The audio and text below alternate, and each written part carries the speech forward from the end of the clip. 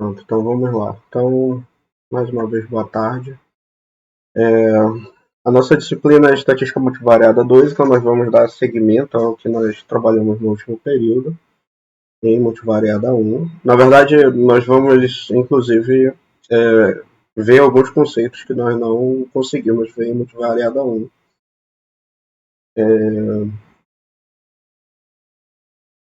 Por conta da estrutura, né, do curso, que era de aula remota.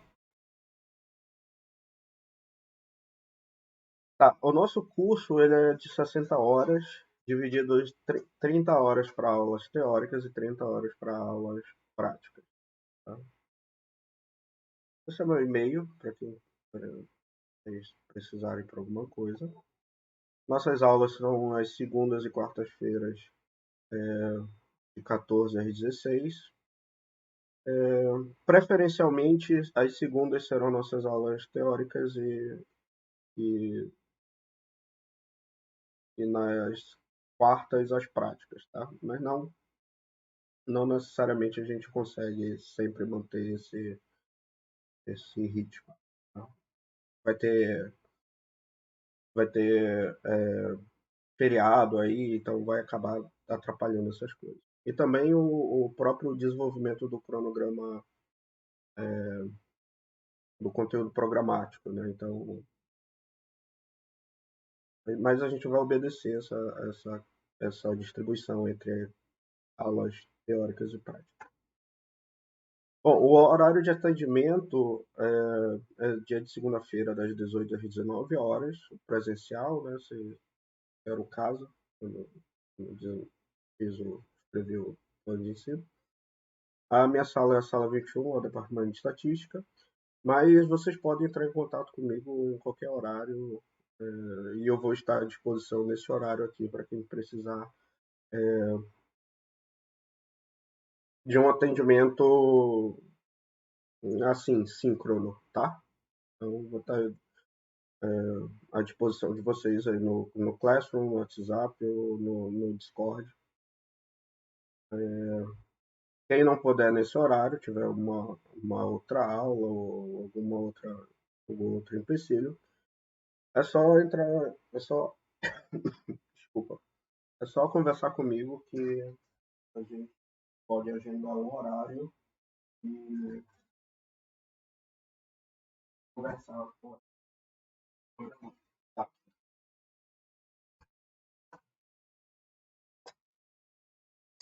Aqui estão os links das, das salas virtuais, né? Coisas que eu já passei para vocês. Lá, eu acho que a maioria já deve estar, pelo menos em um.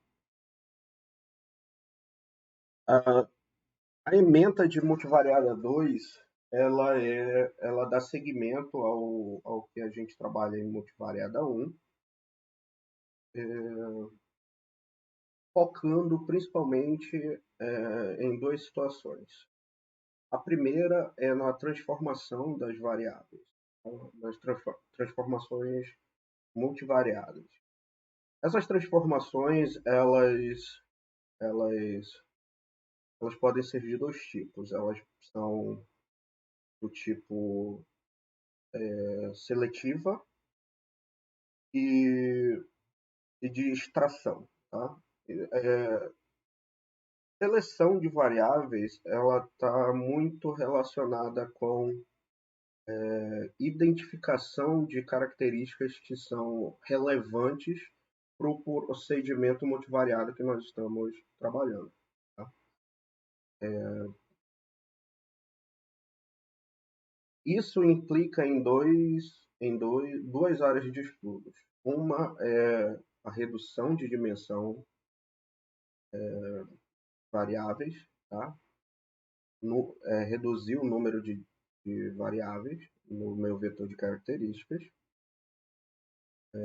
E para isso a gente tem diversas técnicas e acho que a gente vai trabalhar aqui são a análise de componentes principais, mas além delas a análise de componentes independentes e outros tipos de modelos de seleção de variáveis.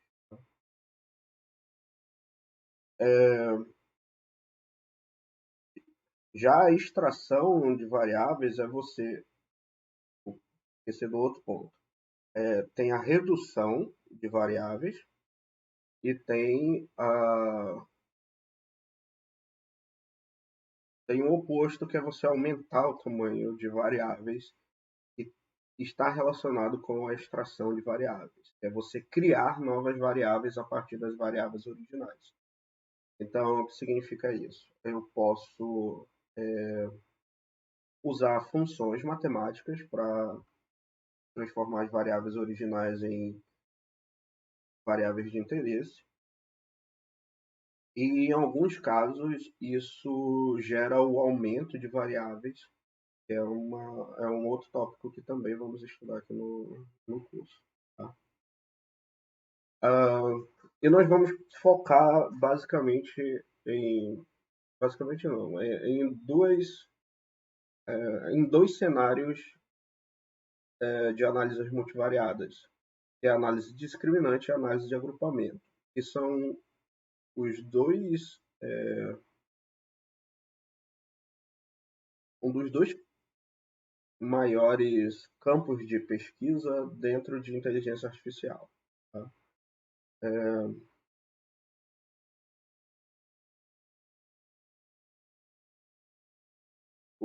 A análise discriminante também é conhecido como classificação estatística, ou reconhecimento de padrões supervisionados, ou simplesmente classificação, como é o nome, né, o jargão hoje usado na,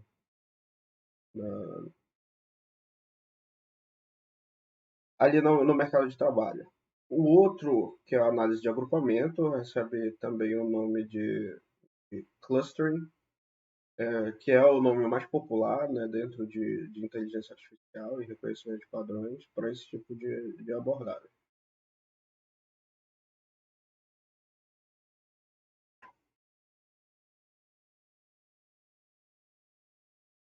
Exatamente, exatamente essa. É, uhum. Então tá, o nosso conteúdo programático é o seguinte: vamos revisar algumas coisas em relação à visualização de dados multivariados, tá? E, e revisar também, na verdade, ver, né, porque a gente não conseguiu ver isso em multivariada 1, que é o paradigma do reconhecimento de padrões. Tá? Então, o nosso primeiro objetivo é rever isso daqui. E aí sim, a gente entra no tópico de transformação e seleção de variáveis, aqui, transformação de dimensão. Primeiro usando a análise de componentes principais,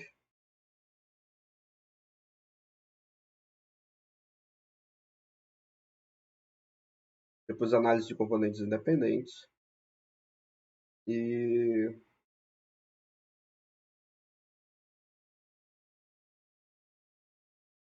e a transformação de dimensão usando estimadores de núcleo, tá? Que é uma outra área de pesquisa dentro da geometria, que é o Projection Pursuit, que é, traduzindo assim de forma direta, seria a busca por projeções, que é onde você transforma o espaço de características, né, onde está o teu vetor aleatório, você transporta isso para um outro espaço, onde você consegue analisar o comportamento melhor desse,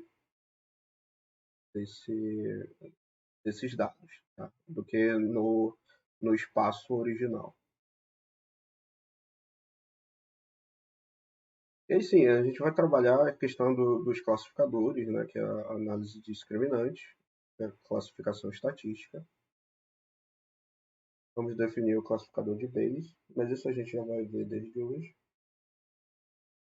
E vamos trabalhar bastante com os classificadores não normais, tá? Que um dos intuitos de multivariada 2 é a gente fugir da normalidade, né, da normal multivariada e ver outras distribuições. Se eu não me engano, em multivariada 1 nós conseguimos ver ainda a T multivariada, Eu acho que a distribuição Wishart era Wishart inversa, e que a gente ainda conseguiu ver alguns outros tipos de modelos multivariados.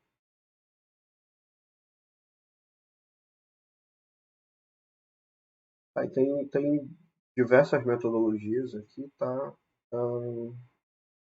Sobre as nossas avaliações, a nossa primeira avaliação está prevista para o dia 7 de fevereiro, nossa segunda prevista para o dia 9 de março, e a nossa terceira e última avaliação parcial para o dia 13 de abril. E a nossa avaliação final no dia 4/5. Tá? Isso daqui pode mudar, porque dependendo do decorrer do curso. Tá? O nosso modelo de aula o previsto era presencial, porque nós somos uma turma pequena, então existia a possibilidade da gente fazer um modelo presencial. A nossa sala é a 113 lá do bloco do ICE. 113 não, desculpa, 103. Como nós somos uma turma bem pequena, nós atenderíamos os requisitos do Comitê de Biossegurança, né, e os procedimentos adequados, né, de biossegurança. Sobre as nossas avaliações, são 3 exercícios parciais, tá? De cara adianta que são trabalhos, porque justamente a gente precisa trabalhar muito bem essa questão do desenvolvimento de textos técnicos, tá? Então os nossos exercícios avaliativos vão ser trabalhos. Aqui não está aparecendo, eu acho que está com erro no PDF, sobre como é o cálculo da média final, tá? Mas é aquele que obedece a essa resolução 023/2017 do CONCEP, né, onde você tem peso 2 para média parcial e a média final essa média com peso 2 mais a prova final dividida por 3. Continua valendo o que está no artigo 10, se a média dos exercícios parciais for igual ou superior a 8, então essa já é diretamente a sua nota final, tá? E aí a pessoa fica dispensada de fazer a prova final. Quem não atingir isso, faz a prova final para obter ou aumentar o seu coeficiente final ou recuperar a nota. Sobre as referências,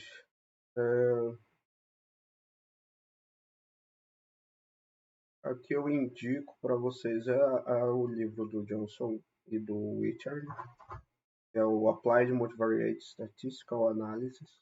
Tá? Ele tem na nossa biblioteca. Tá? É um livro muito bom. O livro do Mardia também é muito bom, mas é um pouco mais difícil de achar. Tá? Isolman também é um livro muito bom. E, para falar a verdade, esse livro do Ferreira eu não conheço. Um da Bingotti ele é interessante para aquela análise fatorial e análise de correspondência.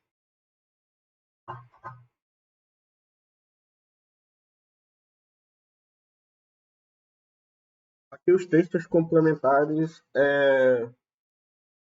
mais do que qualquer outro livro, esses 2 livros são os melhores de você ter e de você ler para acompanhar o curso. Porque eles são livros muito atualizados, tá? O Trevor Hast e o Tibishirani são autores fantásticos. Inclusive, indico vocês procurarem os vídeos do Trevor Hast no YouTube. Ele tem muitos, muitas palestras, muitos minicursos voltados, né, ali para inteligência artificial e ciência de dados. Então, a- os produtos deles, né, os livros que eles produzem, os artigos e materiais são muito interessantes porque eles são muito bem contextualizados, são muito bem atualizados, né? Então, eu fortemente indico esse Introduction to Statistical Learning with Applications in R. Ele é muito bom esse livro. E eu acho que, para mim, é um dos melhores livros de estatística multivariada, que é o The Elements of Statistical Learning. Esse livro é fantástico. E serve, inclusive, para outras disciplinas do curso. É muito bom.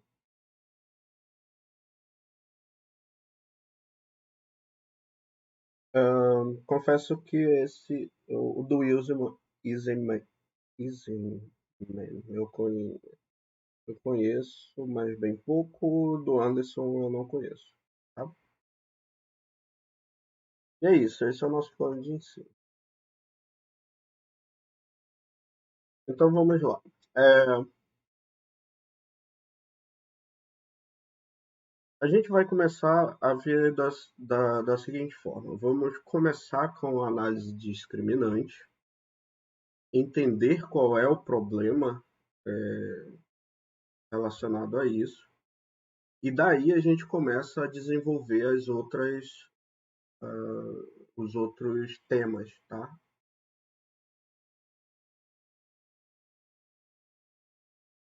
Então, a análise discriminante, que também leva o nome de classificação estatística, é um método de reconhecimento de padrões, que é chamado de reconhecimento de padrões supervisionado.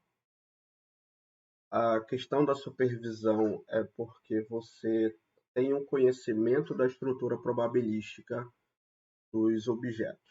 Então, você tem o seu objeto de estudo, aqui representado nesse gráfico, tá? E eles têm uma característica além das variáveis que são observadas. Elas têm a características de terem objetos oriundos de populações diferentes. Essa origem de populações diferentes nós chamamos de grupos ou também chamamos de clusters, tá? Mas grupos ou, na verdade, grupos e classes. Grupos e classes são os termos mais comuns para isso. Então, por exemplo, aqui eu tenho duas variáveis, né? X1 e y, x1 e x2, mas eu tenho uma terceira variável que identifica a origem desses objetos de estudo. Então, por exemplo, aqui eu tenho um formato e a cor para distinguir a origem desses objetos. Então, eu tenho aqui vermelhinho, que são objetos de uma população, os azuis de uma outra população e os verdes de outra população. Tá? E a partir daqui a gente vai usar a nomenclatura classe ou grupo. Tá? Então, o vermelho é um grupo, o azul é um segundo grupo e o verde é um terceiro grupo. Qual é o nosso objetivo aqui? Alocar objetos que eu não conheço a origem em um desses grupos. Tá? O meu esse método de previsão, que é alocar objetos nesses grupos, né, ou nessas classes, ele pode ser feito de duas maneiras. Eu conheço a estrutura probabilística sobre esses grupos, ou seja, eu sei qual é o comportamento, eu sei como é a população, eu sei também qual a quantidade de grupos, e quando eu conheço isso, a gente denomina que é um experimento supervisionado. Tá? Então, eu já tenho uma informação prévia da estrutura dos grupos referente a essas populações, e eu já tenho uma informação prévia sobre o número desses grupos, né, a quantidade desses grupos. Agora, quando eu estou na situação onde eu quero alocar objetos em grupos e eu não tenho informação nenhuma sobre a estrutura probabilística desses grupos ou sobre a quantidade desses grupos, aí nós passamos para uma situação não supervisionada. Então, é, linkando aqui as informações, o cenário supervisionado é o que nós vamos estudar, que é chamado de análise discriminante ou classificação estatística. O pessoal da inteligência artificial e ciência de dados usa muito o termo classificação. Tá? O outro cenário, que é o não supervisionado, que é a análise de agrupamento, hoje o termo mais empregado é clustering, tá? Ou análise de clustering, formação de clustering, tá? Porque diferente da noção de grupos, o cluster ele é um grupo, tá? Mas que você formou de acordo com alguma regra. Mas você não garante que esse cluster é de fato o grupo original, tá? Então existe essa diferença entre esses termos. O grupo, você conhece a estrutura probabilística, você conhece a população. O cluster não. O cluster você está fazendo uma previsão sobre a estrutura da população e você também está fazendo uma inferência sobre a quantidade de grupos, né, de populações. Então, essa é a diferença entre o cenário supervisionado e não supervisionado. Tá? Alguma dúvida nessa questão? Não vamos avançar. Ah,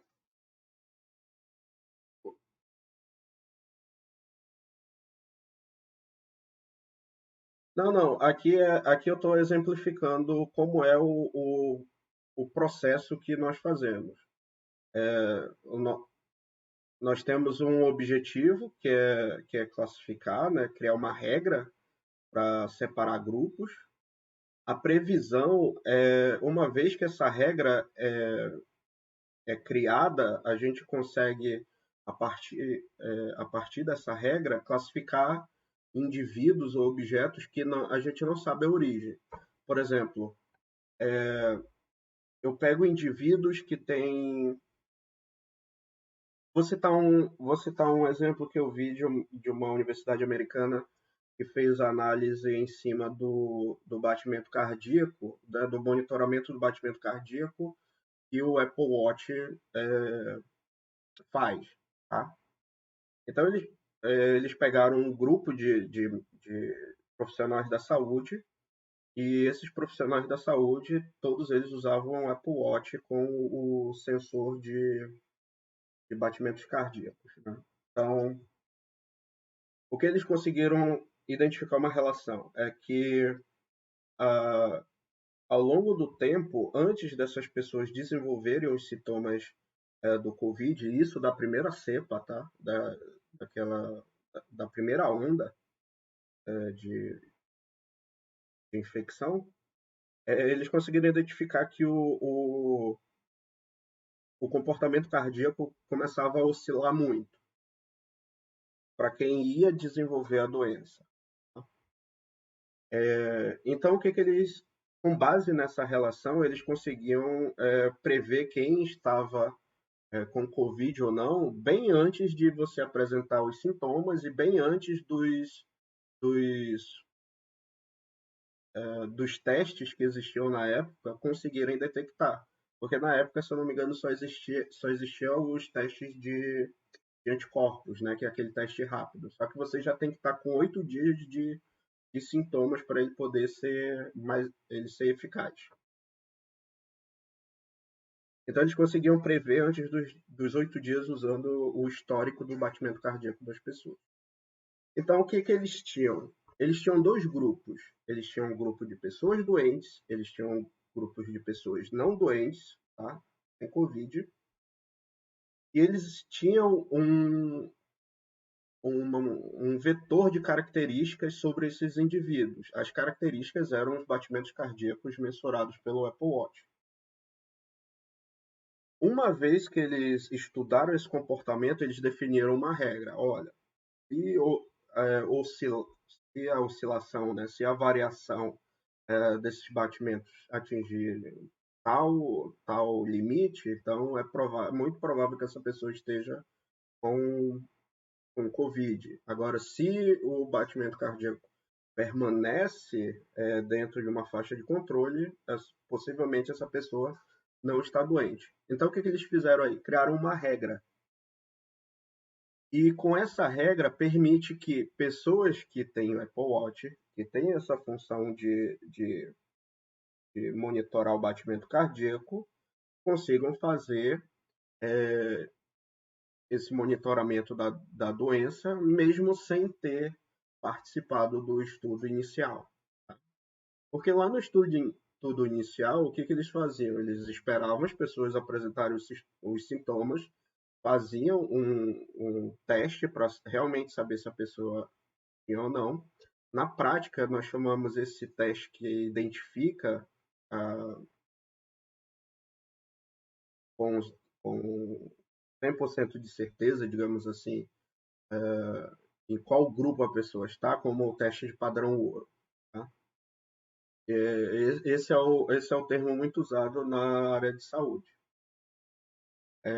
Então, uma vez que essas pessoas fizeram um teste e foi observado também o batimento cardíaco deles lá pelo smartwatch,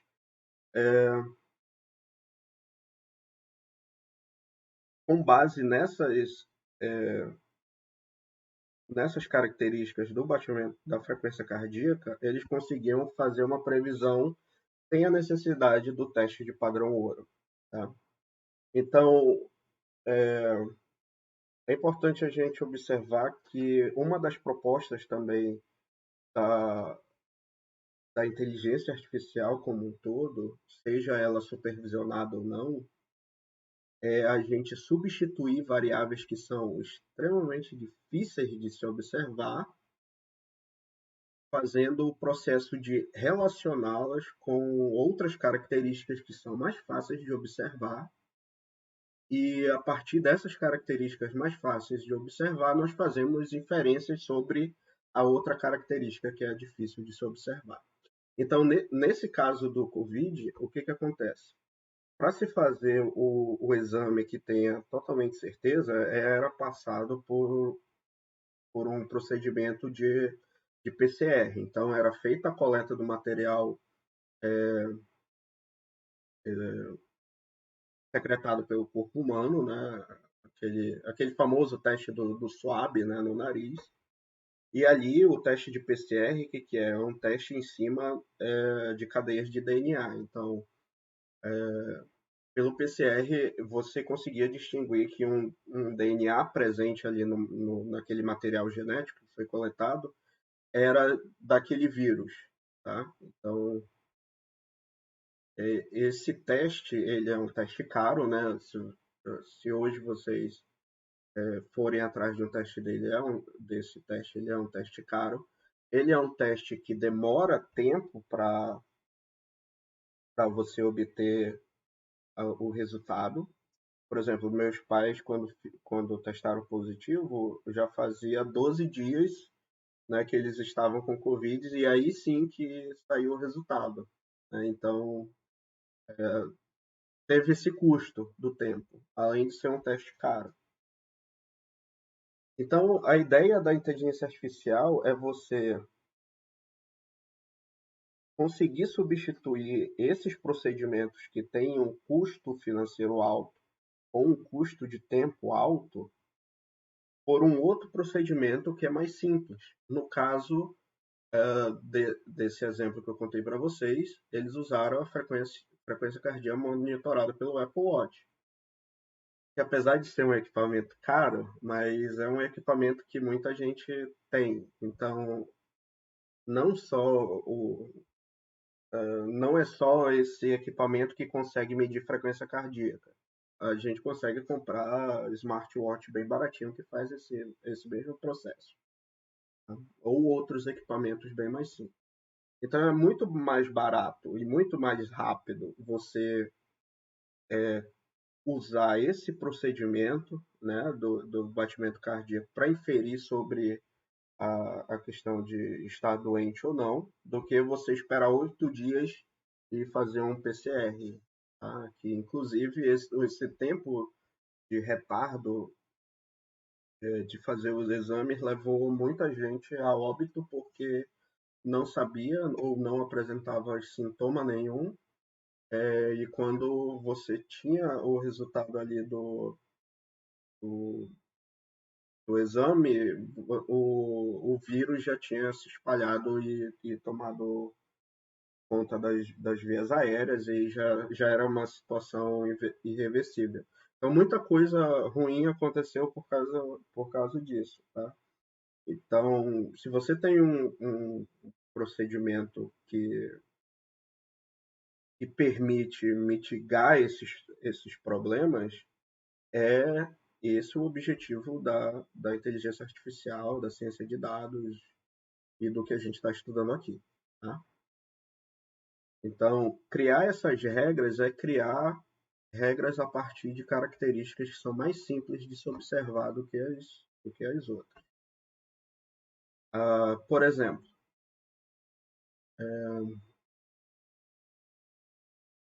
eu quero testar a durabilidade de um smartphone à queda.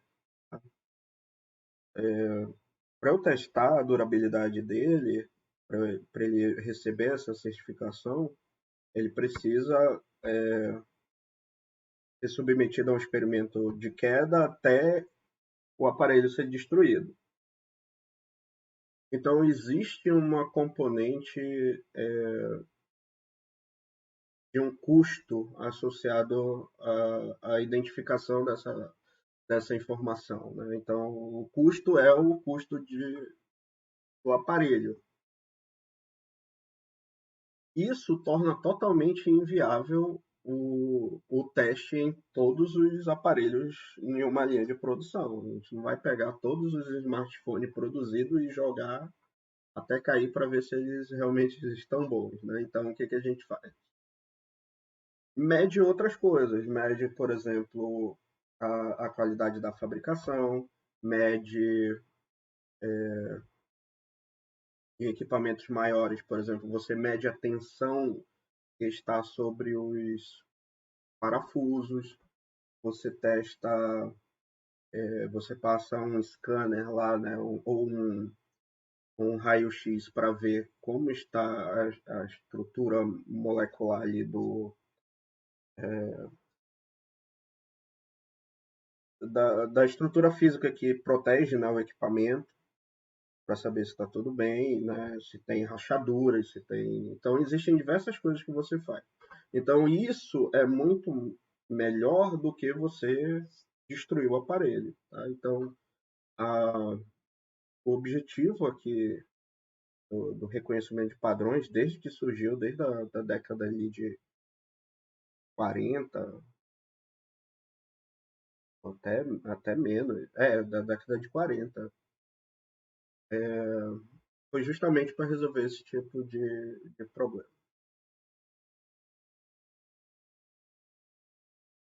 Então, a ideia da regra é justamente para que a criação dessa regra, né, que é o nosso objetivo aqui, é para que ela funcione como método de previsão.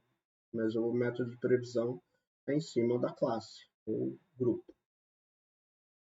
E a construção dessa regra, ela vai depender do cenário supervisionado ou do cenário não supervisionado. Então,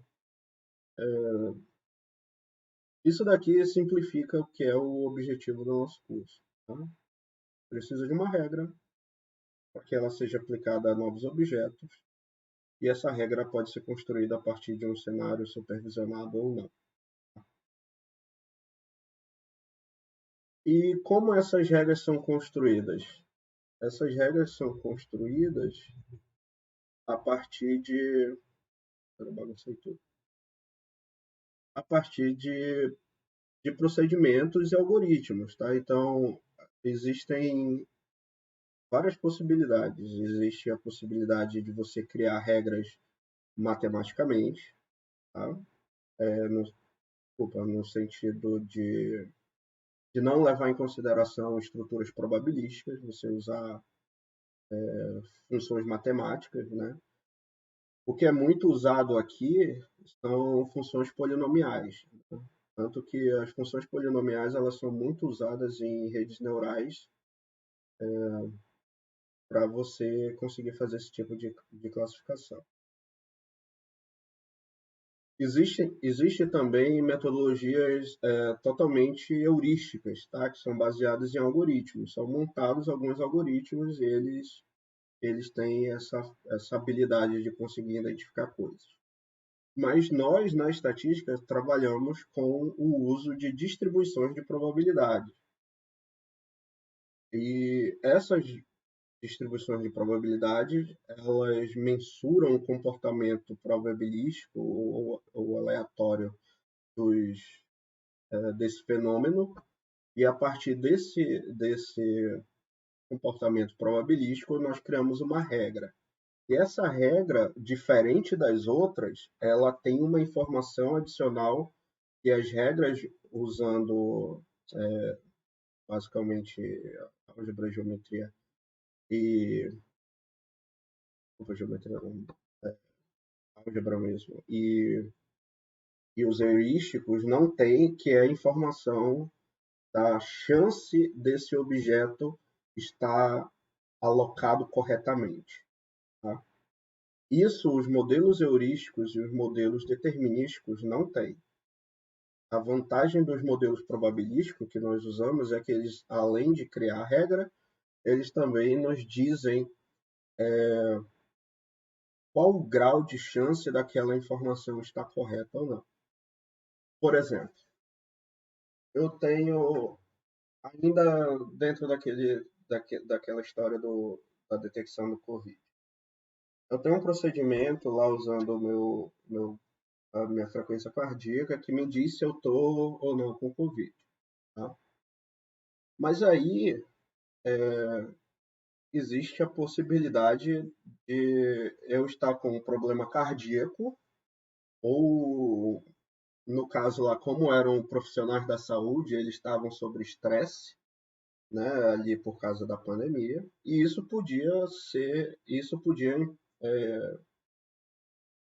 alterar o comportamento da frequência cardíaca deles. Então, a decisão a ser tomada, que era se a pessoa está ou não com Covid, ela podia sofrer dois tipos de erro. Um, eu podia indicar que a pessoa está com Covid quando ela não está, né? Trazendo, trazendo os problemas, por exemplo, psicológicos para essa pessoa, ou o uso de medicação sem necessidade. Tá? Então, gera custos essa decisão errada. E também tem a decisão errada de eu dizer que a pessoa não está doente e ela realmente está doente, que causa também outros tipos de custo. que são os custos de que essa pessoa vai achar que está saudável e ela não vai procurar assistência médica, ela não vai procurar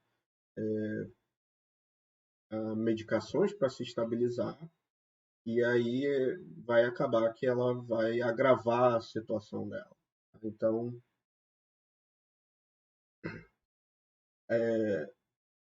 a decisão sobre a classificação, ela tem esses erros e elas têm esses custos. E através da metodologia estatística, a gente consegue mensurar o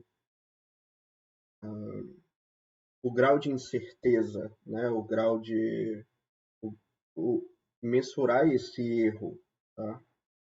Então, por exemplo, eu tenho um método que ele me diz aqui no meu celular. Eu vou medir o meu batimento cardíaco, ele está medindo, ele vai dizer, você está com Covid.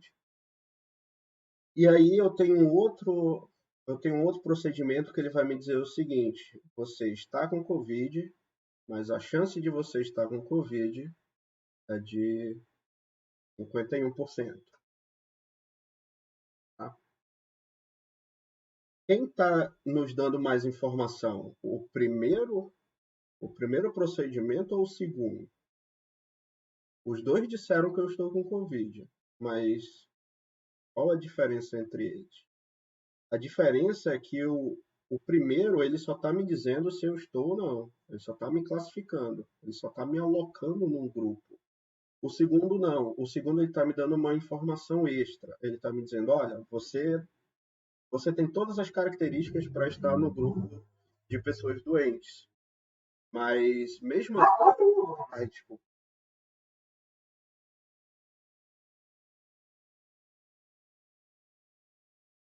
Mas voltando aqui. Então, só um instante, pessoal. Então, continuando aqui. Então, é,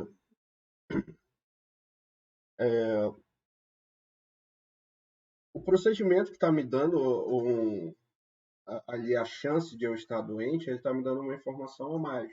Ele está me dizendo que você tem 51% de chance de estar doente, mas também tem 49% de chance de não estar doente. Então,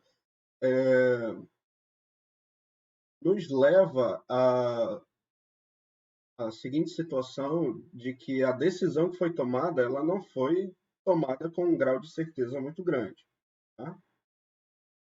Por exemplo, se eu tenho duas pessoas nesse mesmo experimento e uma pessoa, o resultado dela é que 85%, ela tem 85% de chance de estar com a doença, eu tenho uma outra com 60% de chance de estar com a doença. Significa que as características apresentadas pela pessoa que tem 85% que eu falei, né, de chance, significa que as características dela estão muito mais semelhantes com os doentes do que a outra. Então, eu estou tendo uma informação adicional. Então, isso me ajuda na tomada de decisão. Tá? É como se eu dissesse para vocês: olha, vocês têm que tomar a seguinte decisão na empresa de vocês. Ou vocês fazem a importação, a compra de um equipamento ou não. Tá? Mas a chance da compra desse equipamento vir a ser benéfico para a empresa é de 20%. Então, vale a pena comprar? Não, porque a probabilidade de daquilo me gerar um benefício é muito pequena, então não vale a pena. Agora, se eu tenho se a gente comprar o equipamento B, a chance dele trazer um benefício para a empresa é de 90%, 95%, aí eu já tenho mais certeza, mais confiança na minha tomada de decisão. Então, é exatamente essa vantagem que a classificação estatística tem em relação às outras metodologias. Tá? Porque como a gente mensura o grau de incerteza ali, ou de probabilidade, na verdade, Então, a gente consegue contribuir com uma informação adicional e essa informação adicional ela impacta diretamente na tomada de decisão. Tá? Aqui tem os exemplos de como os métodos que nós vamos trabalhar aqui, eles criam essas regras. Tá? Por exemplo, esse Nearest Neighbors é um método que é feito usando funções não paramétricas. Tá? Então, ele estima a densidade de forma não paramétrica. E aí ele forma essa região aqui. Eu tenho um outro procedimento que é chamado de Support Vector Machine, ou SVM.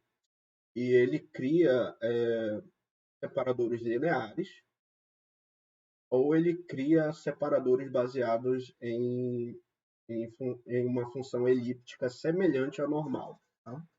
Na verdade é a normal, mas eles chamam de outro nome, que é esse RBF, que é o... Acho que é função radial, alguma coisa, eu não lembro do que é o B, tá? Mas basicamente é a distribuição normal aqui. Então ele já cria de uma outra forma. Eu tenho as árvores de decisões que criam as regras de decisão, né, que aqui são mais quadradinhas, né? As florestas aleatórias, o Random Forest, que é montado em cima das árvores de decisão, então ele já apresenta